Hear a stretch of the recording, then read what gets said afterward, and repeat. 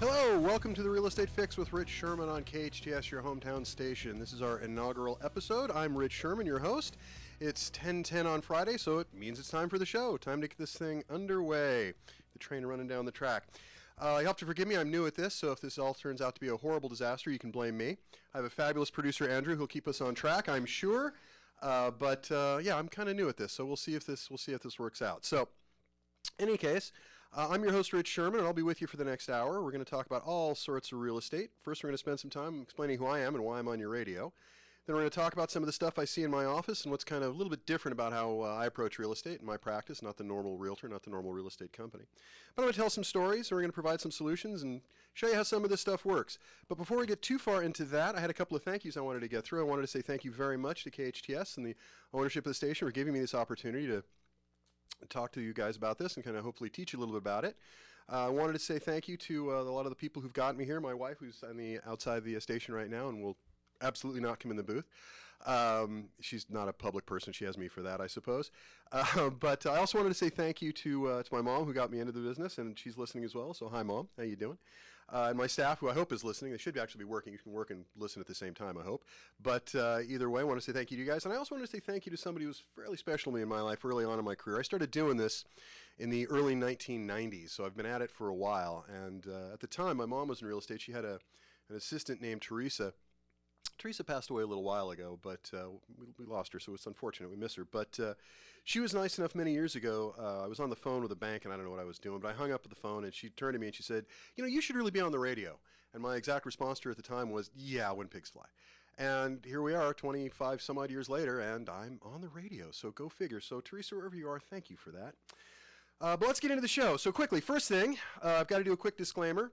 I am not an attorney, and I do not give legal advice. I hold a California real estate license, and I have had a lot of experience. I've been doing this for over 30 years. The opinions I express and the advice I give is strictly my own.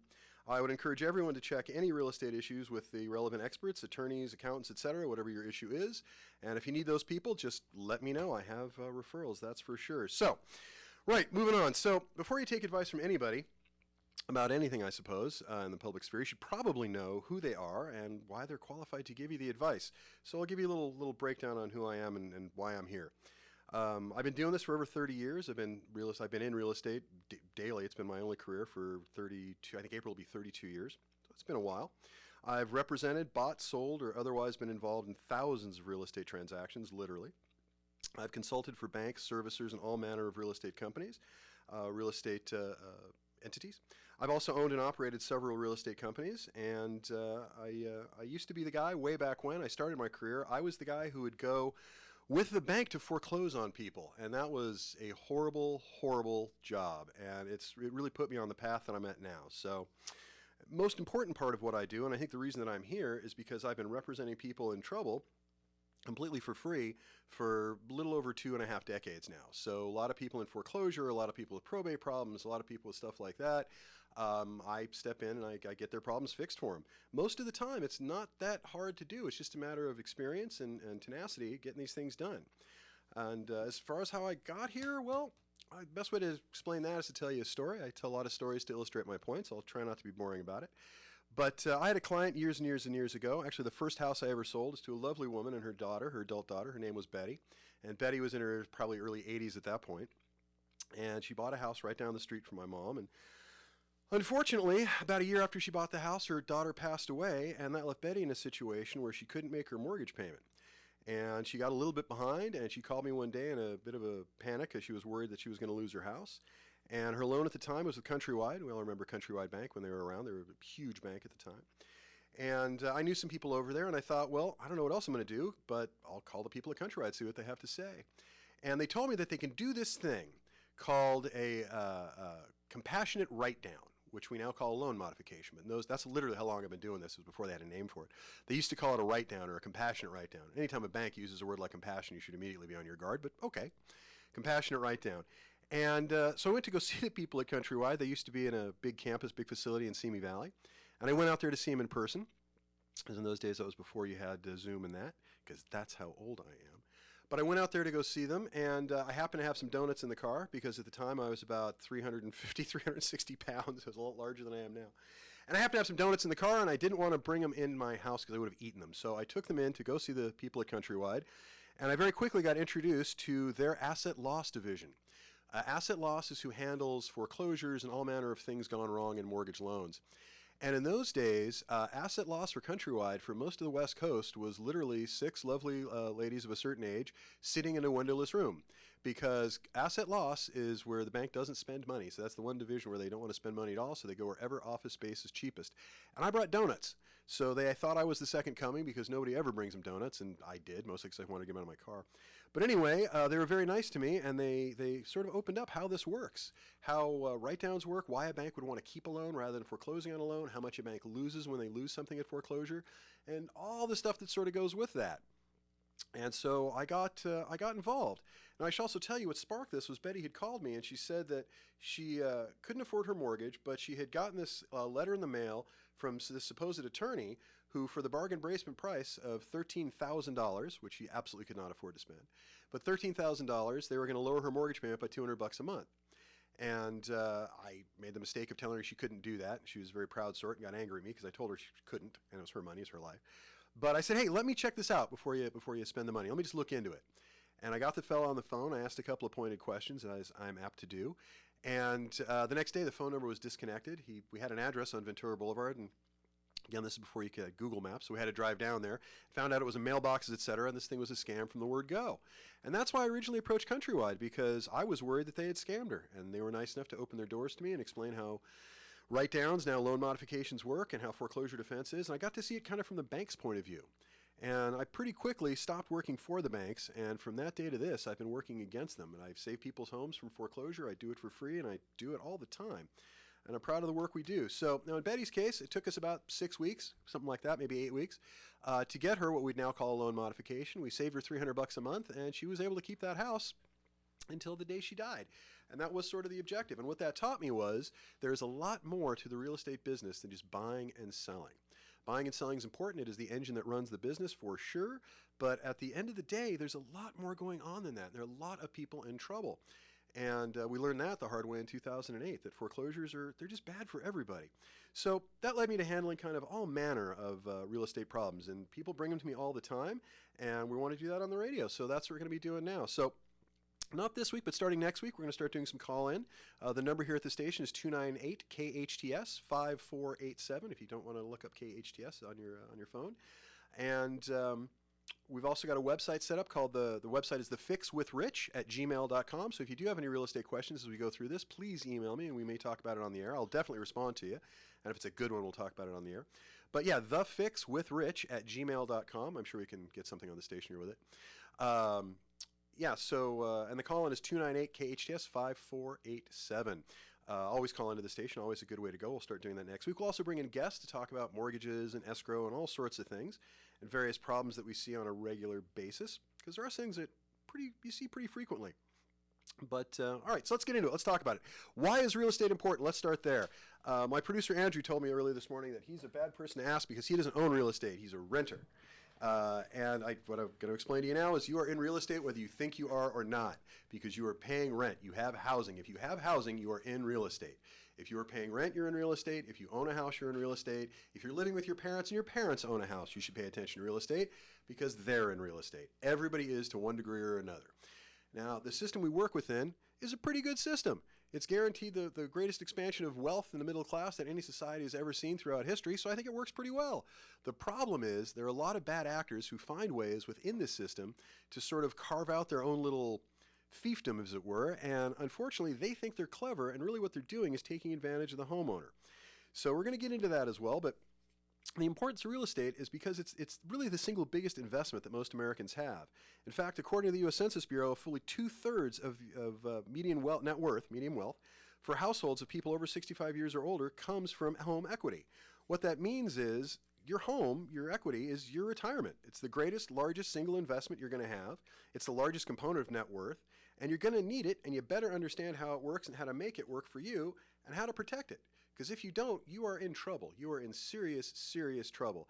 And that often leads you to me as well. So I'm hoping to kind of get out some of the stuff so people understand. So hopefully you don't have to come to me with a problem, which would be nice. Not that I don't want to meet you and don't want to help you. If you do have a problem, but This is the kind of stuff that we get into all the time because people just don't understand what they're getting into. Let's talk about some examples. Right now, I represent somebody. We've talked about this on the air in previous shorter segments. She's 73 years old. She has a house in Canyon Country, and she originally she bought the house in 2005, and like a lot of people in 2005, she did 100% financing, which means a first and a second sort of bundled as one. And her first was about $450,000 at the time, and she had a second for $100. And I wrote this down because I don't want to forget it. $156,750. That was the loan she took out as a second. Now in 2008, she ran into some trouble, like a lot of people did, and she did a bankruptcy, and she got herself a loan modification. I wasn't involved in it. I wish I was. I would have fixed it, but she had a loan modification. And what she did is she got a letter in the mail from her bank, which at the time was Chase, that said her loan has been charged off, her second, has been charged off and no further payments are necessary. Now, most people get a letter like that. They think, great, one less thing to worry about. Now, this client actually took a pretty unprecedented step of calling the bank about a year later and saying, are you guys sure? Because I don't know, you told me no further payments are necessary, but I feel a little weird about that. Are you guys sure that that's the deal? And they said, yep, your loan has been charged off as of August 8th. It has been charged off. No further payments are necessary. And she said, great. And then a year later, she made the same phone call, and they gave her the same information. And about a year after that, she did it again. So 3 separate times. She called them, and 3 separate times, the good people at Chase told her, your loan's no longer an issue. So she thought one less thing to worry about, moved on with her life. Now jump ahead to this year, and she was looking to do a reverse mortgage because she's 73 and she'd like to retire and she'd like to use the equity in her house to live on. She owes about $405,000 on her first these days, and her house is worth about $800,000. So she should have about $395,000 to live off of with a reverse mortgage or whatever she wants to do. Her house should be able to fund her retirement, which, as we just discussed, is what most people need to do. So unfortunately, in her case, when she went to look into financing, she found out that not only is her second still alive, it was not in fact killed off because, as it turns out, charged off does not mean to a bank what it means to you and me. No further payments are necessary does not mean to the bank to what it means to you and me. Her loan is still alive. And that's why we call it a zombie second, because it's come back to life. And not only is it still alive, but it is now ballooned to the laughable amount. Remember, she borrowed $156,000, and she's made payments on it for several years. But now she owes him $332,536.78.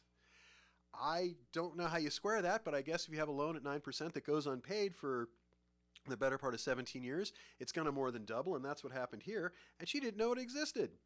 So we approached the bank and we said, well, that doesn't sound right. That seems kind of ridiculous. Let's see if we can find a way to work this out. Maybe we can do a discounted payoff. Maybe she can do a refi. Maybe there's another way to work this out. And they gave us absolutely no options. The loan is currently being serviced by a company called SLS, Select Loan Servicing, or Specialized Loan Servicing, excuse me. We just call them by the acronym SLS. And those of you who have had to deal with SLS are cringing right now, and you heard me say that because SLS is not a whole lot of fun to deal with. There are worse companies out there, to be sure, but they're basically a collection company. That's their thing. And in fairness to the good people who work at SLS, if they could master the phrase, would you like fries with that, they'd be managing a Burger King and making more money. So if they're working at SLS and they're working at that level, the intake level at SLS, it means they're paying slightly more than minimum wage because that's what the market demands, and they don't have to pay them more and can't pay them less. And yet they could not master the phrase, would you like fries with that? So they're at SLS. SLS tells us that the only offer that they're going to give this woman other than foreclosure, and make no mistake, she is in foreclosure. They were ready to take her house from her because they would very much like her equity and they didn't feel she needed it. So they were going to take it away from her. But in any case, the only offer they gave her after she submitted financials, which unfortunately happened before I got involved because I never would have handled it this way, but after she submitted financials and after they knew that she had $71,000 in the bank, and that was her total life savings at that point, they said they demand $71,000 up front, and she can make payments for the next 40 years of $1,869 a month. Now keep in mind, she's 73 years old, so I think a 40-year loan might be a bit much. We all hope that she'll live to be 113 because that'd be great. I'd love it if she lived to be 113 too. But I think the odds of that are pretty slim. So they offer her, and the only thing they offered her to avoid a foreclosure was a 40-year loan at 9%, $1,869 a month, which for those of you doing math, if you choose to do the math, over the 40 years, that's $897,120 she is going to give them. So let's go through those numbers again, just so because we make that clear. She takes out a loan in 2005 for $156,750. She pays on it for 3 years, then does a bankruptcy and a loan mod. They say loan no longer is a problem, charged off, no further payments are necessary. Then they come back 17 years later, and now they want $332,536. They'll take $71,000 up front and then have her pay $1,869 a month. What all this means is that were she to keep that loan for over 40 years, she will have given the bank over $1 million. The 73-year-old woman is supposed to give the bank $1 million over the next 40 years so she can have the rare privilege of keeping her home, which she has had since 2005. Now, I don't know about you, but I don't think that's moral. I don't think that's ethical. I don't think that's correct. It's legal, but it's definitely not ethical, at least not to me.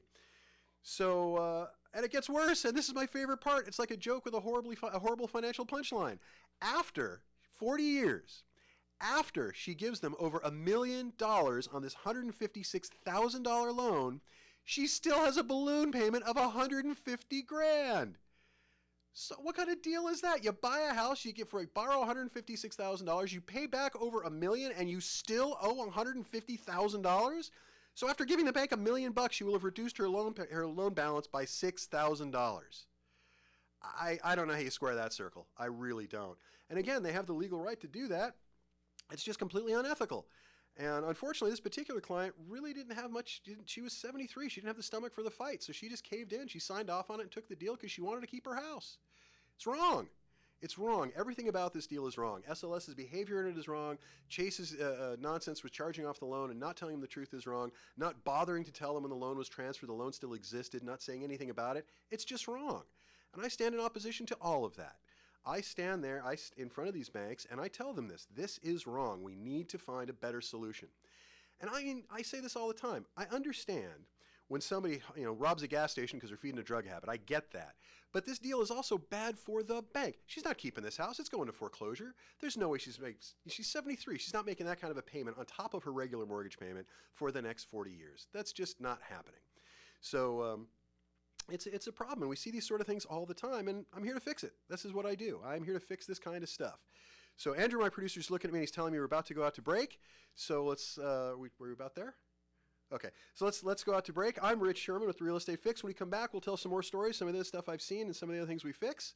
I'm Rich Sherman with the Real Estate Fix on KHTS, your hometown station, 98.1 FM and AM 1220. Hey, hello, welcome back. You're listening to the Real Estate Fix with Rich Sherman on your hometown station, KHTS 98.1 FM and AM 1220. I'm your host, Rich Sherman, and we have a special guest on the line, Andrew, yes? Yes, we do. Yes, excellent. The Carl, owner of the station, and the guy who was crazy enough to give me an hour of programming on his station is on the phone and wants to say hi.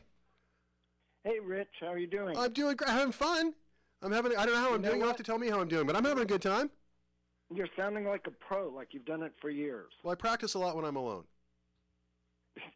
Yeah, first of all, I wanted to welcome you to the KHTS family, and as you already stated, you've got such a wealth of information about real estate, and love hearing your stories. Okay. And I know you're going to each week be jam-packed with stories. Over 30 years, over 30 years, I've got some stories to tell. I've definitely seen some stuff. Right, about local challenges. I've got one question for you, then I'll run. Please. And that is, with the economy being so challenging at the moment and real estate definitely slowing down, mortgage rates going up, what do you see over the next 6 months? Oh, it's going to be a mess. It's going to be an unqualified mess. And the biggest problem with that is there's no consensus in the real estate market, the real estate community, as to what's going to happen. I will tell you what is going to happen. It's not because I have a crystal ball. I just watched the numbers. The interest rate yesterday went over 7%. Whenever the interest rate goes up, prices go down. And the faster the interest rate goes up, the faster prices go down. Now, we're coming out of the pandemic. Prices went up on average about 20% on the average single-family home in Southern California. We've already lost about 10% of that. We're going to lose about another 10%, probably by mid-year, certainly by end of year. It's not going to be a whole lot of good news, and it's all interest rate driven. The two most important factors when looking at what real estate is going to do, and there are a lot of things, but they're really the two most important, are interest rate and consumer confidence. And unfortunately, the consumer confidence, all the readings on consumer confidence are down.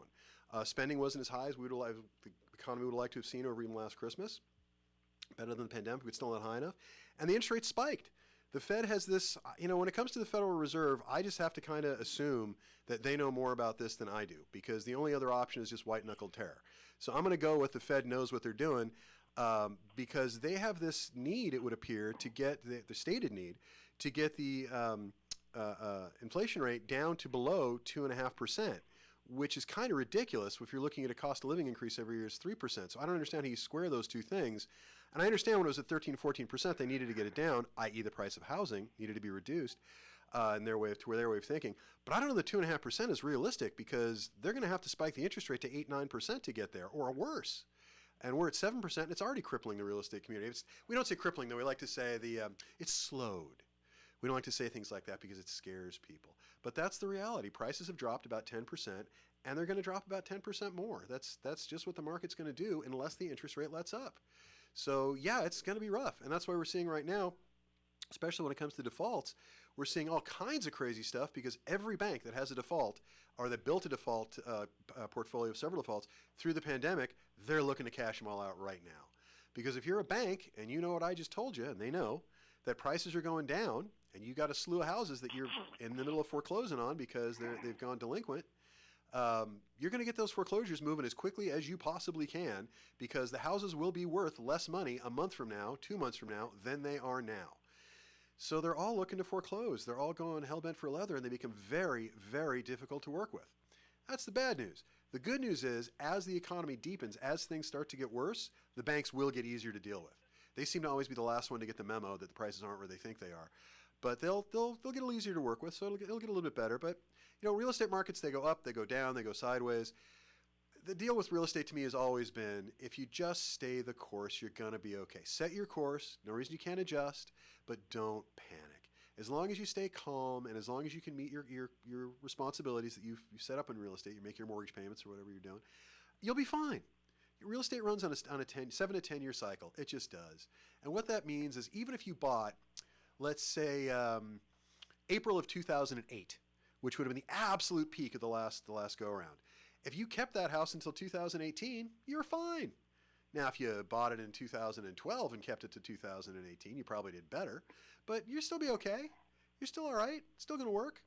So the real estate system we have is sound. It is. It's fantastic. It's when you look at the real estate system we have in this country, compared to how things used to be done, prior to, say, 1950, it's amazing what we've managed to accomplish. We've managed to build a system that is open to everybody and works. It builds wealth, and it builds generational wealth. My problem is the people in the business who think they're clever because they found ways to exploit that system for themselves to the detriment of the homeowner. And it's always the homeowner who gets taken advantage of. They're the easiest ones to take advantage of, and they're the ones with the equity. So, yeah, I think it's going to be rough. I think the next coming 6 months, it's not going to be as bad as 2008, 9, and 10. It's not going to be the kind of collapses we had, because the economy itself is much stronger. But as long as the Fed is hell-bent on getting that interest rate up to curb inflation, and when they talk about inflation, they're largely talking about housing. When the Fed says, we want to curb inflation, if you own a home, what you should hear is, they want the price of your house to go down. I don't think that's a good thing for most homeowners. I think it may be good for the economy in general, but there comes a point at which they've slowed it down too much. And that's where we're going to be. That's where we're going to be 6 months from now. That's where we're at now. It's only going to get worse over time. So. Drilling that down to Santa Clarita, Rich, sure. With so many people trying to escape Los Angeles because of the crime and the homeless problem there, they're apt to move to Santa Clarita, yet on the other side of the equation, so many people are leaving California for a variety of reasons. So what does that outlook that you just outlined look like for our valley here? I'll tell you exactly. It's exactly as I outlined it. I mean, one of the wonderful things about Santa Clarita, and there are many, but one of the great things about Santa Clarita as far as real estate is we're pretty easy to predict. We don't have a whole lot of property built in the 1920s. We have some, but almost everything out here was built from about 1980 onward. We've gone through boom cycles. We don't really see too many bust cycles. We go boom cycles. So you get a lot of stuff in the 1980s, a lot of stuff in the late 90s. So it's pretty homogeneous as far as that's concerned. And what that means is it's very, very easy to compute the numbers and to guess. So if you were to take a house right now that's worth about $800,000, which is roughly the average single-family home in Santa Clarita these days, which is about 3-bedroom, 2.5 bath, 1,800 square feet, 1,600 square feet, something like that. Going to be worth about $800,000 most places. That house, if it's worth $800,000 now, is going to be worth about $720,000 6 months from now. It's not the end of the world. Still worth $720,000. It's still higher than the median average from a lot of Southern California. Still a lot higher than Palmdale. Still a lot nicer place to live than a lot of the San Fernando Valley as far as crime rates and things. We still have great schools and great shopping and great community. I mean, the piece was just on the show that was just on. They were talking about what do you do in Santa Clarita over the weekend, and there's no shortage of things. I mean, there's all kinds of stuff to do. The station runs a great things to do this weekend. There's always stuff to do here. There's huge community engagement. It's great, and that helps us. That keeps property prices higher. Great schools, low crime rate. That's all good stuff for us. Still doesn't mean you're not affected by the downturn. What it means is that people in places like Santa Monica and Chatsworth and places like that are going to see more of a hit than we take here. Doesn't mean we're not going to take a hit. We are, but so they'll lose 12% in Santa Monica. We'll lose 10% here. That kind of thing. But the trick is finding ways to make that work for you. If you know the real estate market is going down, get ahead of it. I'll give you a perfect example of that. We just sold one in Valencia about a month ago, and the house on paper looked like it was worth about $850,000. And that was on paper because you're looking at stuff that had sold previously. Because remember, in real estate, when you cut a deal in January, it doesn't become official typically 30 days, 45 days, 60 days later, so February, March. And that's when the numbers hit. So they get computed that way. So you're always kind of 30 to 60 days behind the curve, even when you're looking at the most current numbers. But I know that. So we sat down and I said, okay, realize it looks like the house is worth $850,000. And if it's worth that, the market will tell us that. Great house in good shape. I tell you what, though, let's list it at $820,000. Let's just see what happens. Let's see if I'm right. Because what you really want is you want more than one person who wants to buy your house at $820,000, and then we got a shot at $830,000, $840,000. But if you hold out for $850,000, all you're going to do is chase the market. You're going to lose. You're just going to watch it. You're not going to get it. You wind up at $800,000, and it'll take you about 6 months to get there. And luckily for this client, she listened. It did very well. And yeah, we sold the house for $835,000, which is fantastic. That puts us way ahead of the curve. And now the houses in her neighborhood, again, we only closed escrow less than a month ago, and the houses in her neighborhood, model matches, are currently selling for $800,000. So we got that one done at $835,000, and I think that holds us in good stead. So what it means is, if you have a house to sell, do it now. If you don't have to do it now, you're going to have to wait a couple of years. You'll be fine. But if you have a house to sell, do it now. Price it aggressively. Get ahead of the market. Don't just try to ride the market. Don't be behind it. Get ahead of it. Same thing is true when markets are going up. If you're ahead of the market, you're going to make money. You're going to do well. If you're behind the market, you're like everybody else chasing numbers. And sellers get this crazy idea. Well, my neighbor's house sold 6 months ago for $1.2 million, so clearly mine is worth more because I have a sunroom, or whatever it is. And rarely is that correct. Your house is not worth what your neighbor's house sold for a month ago. Your house is worth what your house is worth today, tomorrow, and next month. That's what your house is worth. So as far as how is this going to affect Santa Clarita, we're that median average.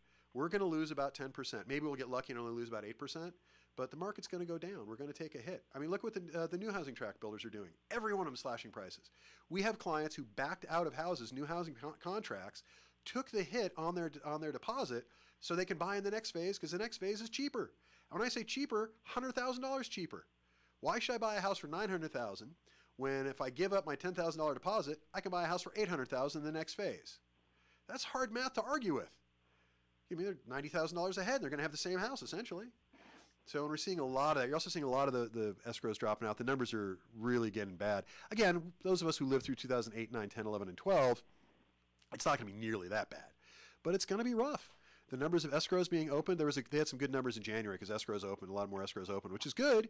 And then the Fed raised the interest rate again, and then the market took off after that, raising the interest rate.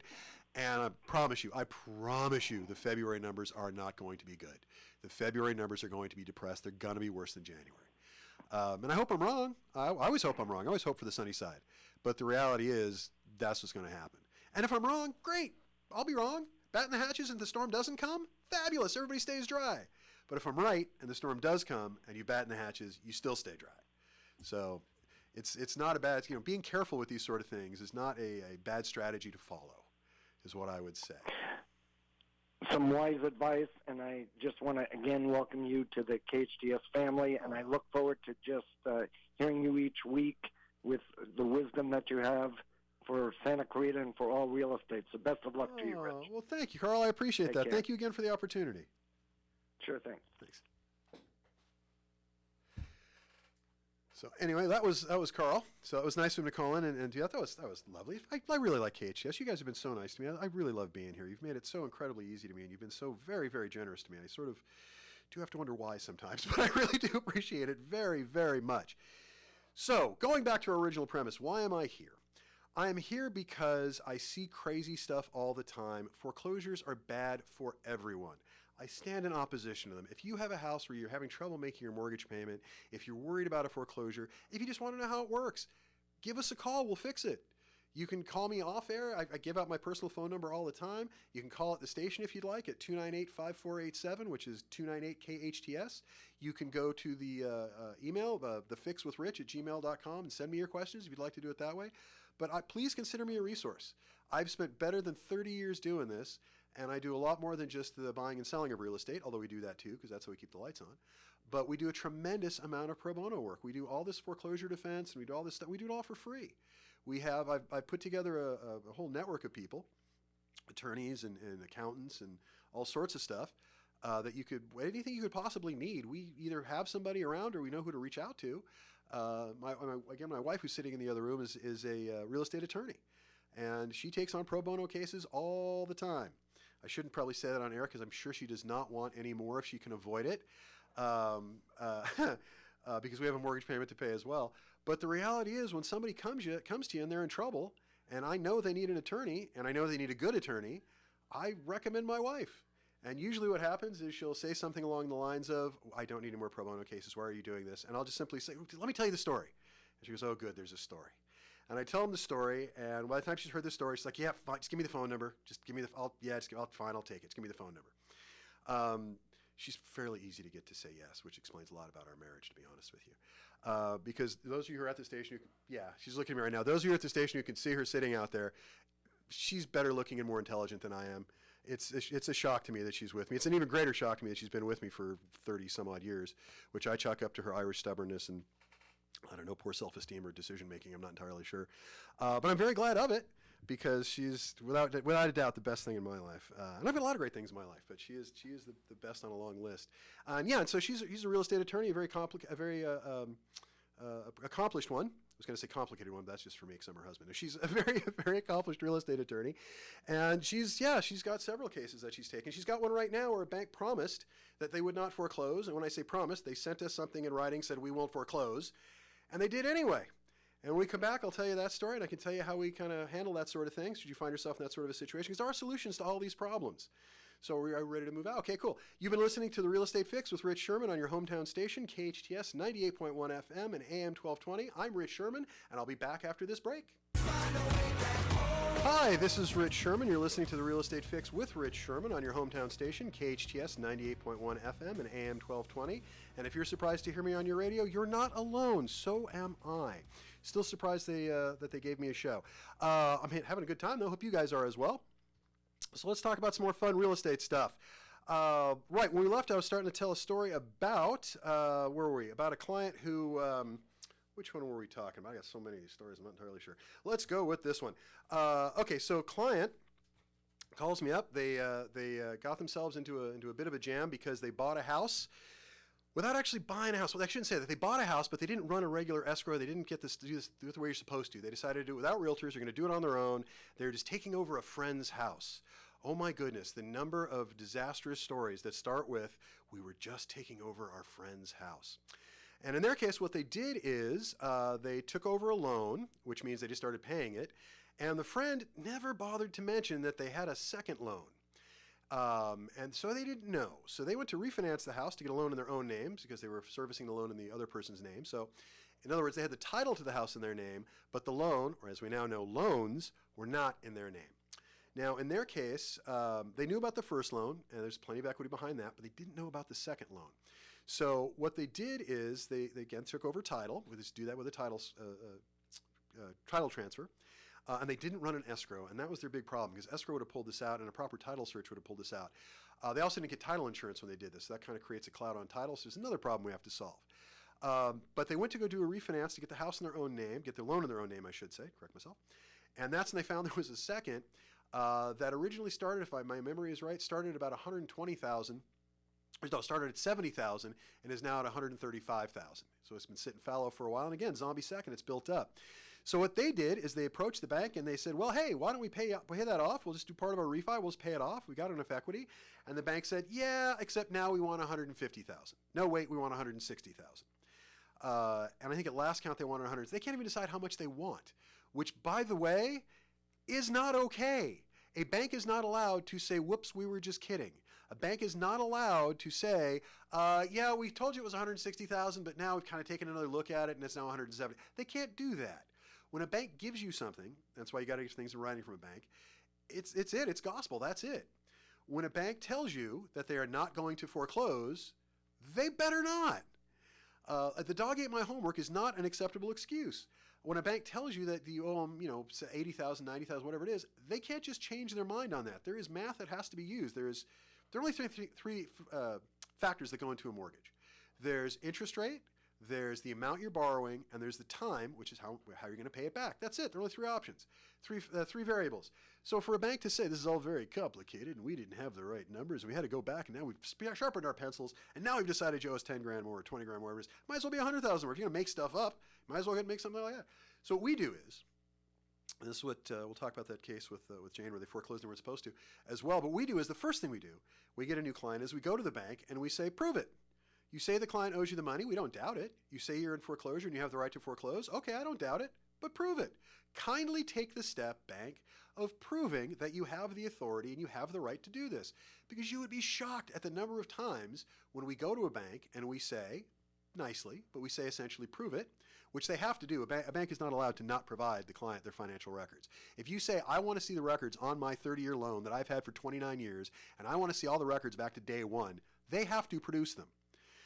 They don't always, but they have to. That's the rule. So anyway, when a bank does something foolish like that, when they send records that are incomplete, or if they don't have the records at all, that gives us an opening to go back to the bank and say, hey, wait a minute, there's an 11-year gap in these records. You can't just have an 11-year gap in these records and just have us assume that you're right about how much the client owes. That's completely insane. And so you go back and then they can't find the records and the records don't exist. And I'm all for taking their word on the subject. I would just rather they take mine. My word is going to sound something like this. You need to charge the client less money. They're happy to pay this off, but for a lot less than you're claiming they owe because you can't prove they owe it.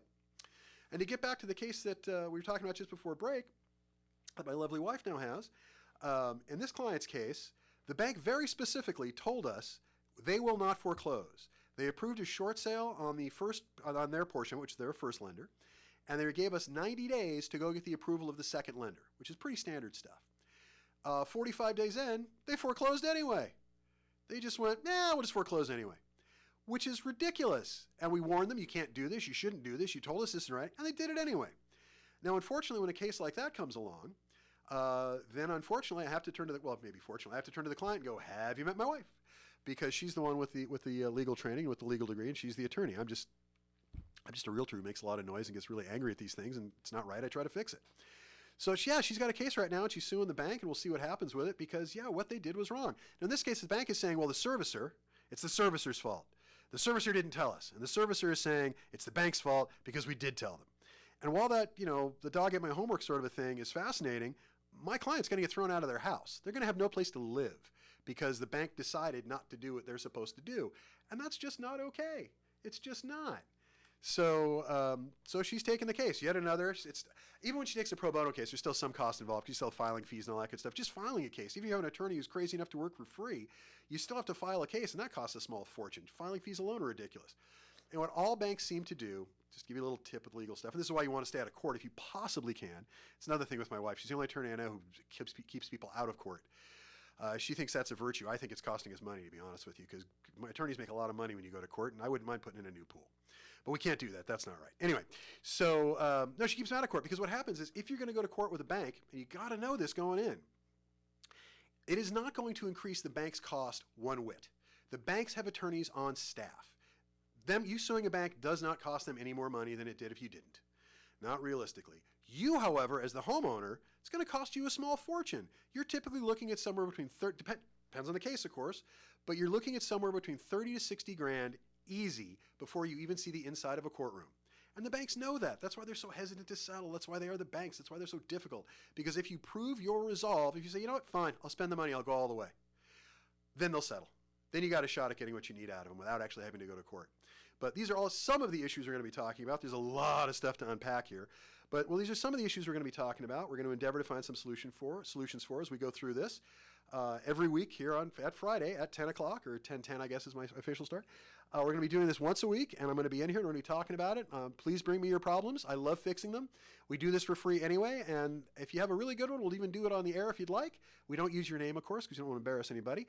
But for every problem, there is a solution. I am convinced that when there is a will, there is a way in all things. And the number of times I have been told something isn't possible, only to turn around and get it done anyway, and we'll be telling a lot of stories about stuff like that, is staggering. And it's just a matter of willpower. It's really all it is just force of will. Because the banks, they will, if you present it properly, they will give you what you need. But you have to know how to fight for it. And that's where I come in. So if you're having a problem, give me a call. I'll be starting next week, 298-KHTS. That's 5487, 298-5487. And if you're hearing me now and you want to send me an email about a problem you're having, please do.